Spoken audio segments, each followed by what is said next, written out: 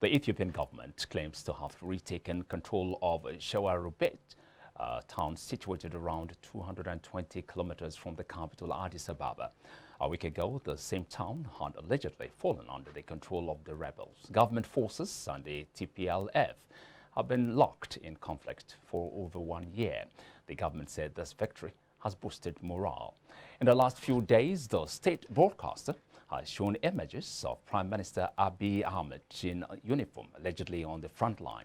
Fighting is currently taking place on 3 fronts. On Tuesday, the Prime Minister promised more advances against the rebels.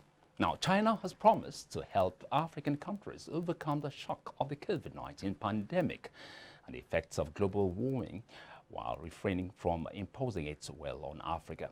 Chinese Foreign Affairs Minister Wang Yi made this promise on Tuesday during a China-Africa Cooperation Forum on Tuesday. African leaders, however, challenged the Chinese government for a more balanced trade and beneficial business relationship with Africans to improve on the African economy. China has faced criticism for using debts owed by African states, particularly to finance major infrastructure, to increase its influence over countries unable to meet their commitments. It also criticized for its social and environmental practices. Foreign news now. Now, Prime Minister Boris Johnson issued a call to get jabs in arms on Wednesday as Britain stepped up its COVID-19 booster program to fend off the Omicron variant of concern. Now, Britain has recorded 22 cases of the new variant, which appears to be more transmissible. It announced a new target this week to offer all adults a booster shot by the end of January, which means speeding up its booster program by an extra million doses a week. Johnson said Britain had delivered the fastest vaccine rollout in Europe earlier this year. And with the emergence of the Omicron variant, people needed to come forward again.